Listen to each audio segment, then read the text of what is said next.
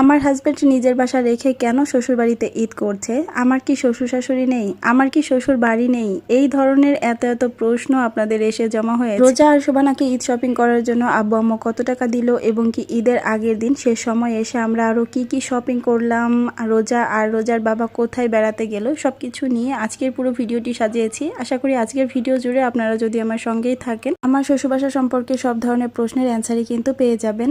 আজকে ছিল ঈদের আগের দিন, তো আমরা বিকালবেলাতে একটু বাইরে বের হচ্ছিলাম লাস্ট সময় ঈদের কিছু শপিং করার জন্য।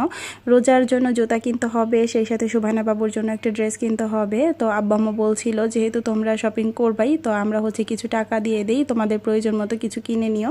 রোজার যেহেতু এনাফ ড্রেস ছিল, আর কোনো ড্রেসের প্রয়োজন ছিল না, এ কারণে কিন্তু ভেবেছি ওর জন্য যেহেতু জুতা কিনবো, তো আব্বা আম্মু টাকা দিয়ে জুতাটাই কিনি। আর সুবহানা বাবুর জুতা যেহেতু আগেই কেনা হয়ে গেছে, এর আগের ভিডিওতে তো শেয়ার করেছি, তো সুবহানার জন্য একটা ড্রেস নিব আর কি। আজকে কিন্তু সুবহানাকে রেখে তারপর রোজাকে নিয়ে যাচ্ছিলাম। এর আগে কিন্তু রোজাকে রেখে সুবহানাকে নিয়ে গিয়েছি। যেহেতু জুতা কিনবো রোজাকে রেখে গেলে তো হবে না। আর সুবহানার ড্রেসের মাপ কিন্তু নিয়েছিলাম, তো ওর মাপ অনুযায়ী কিনে নিলেই হবে। শহরে ঘোরাফেরা করতে যেরকম ভালো লাগে সেরকম কিন্তু ভিডিও করতেও ভালো লাগে। এগুলো আমার সব স্মৃতি হয়ে থেকে যায়। পরবর্তীতে কিন্তু অনেক বেশি মিস করি নিজের শহরকে। অনেক আপুরাই তো আমাকে কমেন্টে জানাচ্ছেন যে আমি নাকি তাদের বাসার সামনে দিয়ে অলমোস্ট যাওয়া আসা করছি। যারা মানিকগঞ্জের মানুষ আছেন তারা কিন্তু অলমোস্ট রাস্তাগুলো দেখে চিনেই ফেলবেন, কারণ তাদেরকে আর বলার কোনো কিছুই নেই যে আমি কোন জায়গা দিয়ে যাচ্ছি। আমি এখন শহীদ রফিক সড়ক দিয়েই যাচ্ছিলাম। এই যে ফুলের দোকানগুলো তো একদমই কমন, যে কোনো মানুষের বিয়ে শাদী হোক বা যে কোনো অনুষ্ঠানে ফুলের প্রয়োজন হলে তারা কিন্তু এখানেই ছুটে আসে। এখানে অনেক দোকান আছে।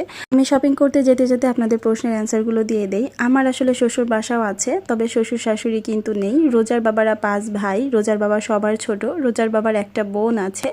তো আমরা কিন্তু ননাসের বাসাতে সবসময় যাই আসি। তো আজকেও কিন্তু রোজার বাবা তার বোনের বাসাতে যাবে, তো রোজাকে সাথে নিয়েই যাবে। আমি মানিকগঞ্জে আসার 2 দিন আগে থেকে এত বেশি অসুস্থ ছিলাম, শুধুমাত্র ঈদ সন্নিকটে চলে এসেছে বিধায় কিন্তু আমি এই লং জার্নি করে এসেছি। তাছাড়া আমার এই শরীর নিয়ে কখনোই জার্নি করা সম্ভব হতো না। এই কারণেই মূলত আজকে আমি আর যেতে পারছি না। শুধু রোজা আর রোজার বাবাই মূলত আমার ননাসের বাসাতে যাবে। আর রোজার বাবা তো নিজের এলাকাতে দেখা গেছে অলমোস্ট প্রতিদিনই যায়। তার বাসা যেহেতু বাইরা নয়াবাড়ি, যারা মানিকগঞ্জের মানুষ আছেন তারা তো জানবেন। তো বাইরা নয়াবাড়ি তো কাছাকাছি, সে তার ফ্রেন্ড সার্কেলদের সাথে দেখাশোনা এবং কি তার বাড়িও যাওয়া আসা সবসময়ই করে।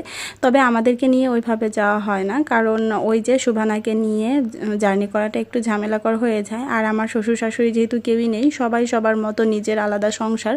আমার অনেক যারাই কিন্তু শহরেই থাকে, এই মানিকগঞ্জ শহরে, আবার কিছু কিন্তু গ্রামেও থাকে। সবাই সবার সুবিধা অনুযায়ী যেখানে ভালো হয় সেখানেই মূলত থাকে। বাড়িতে যেহেতু শ্বশুর শাশুড়ি নেই, এ কারণে আমাদের আর আলাদা করে ওখানে ঈদ করা হয় না। যতদিন আমার শাশুড়ি ছিল তখন কিন্তু আমরা ওখানে ঈদ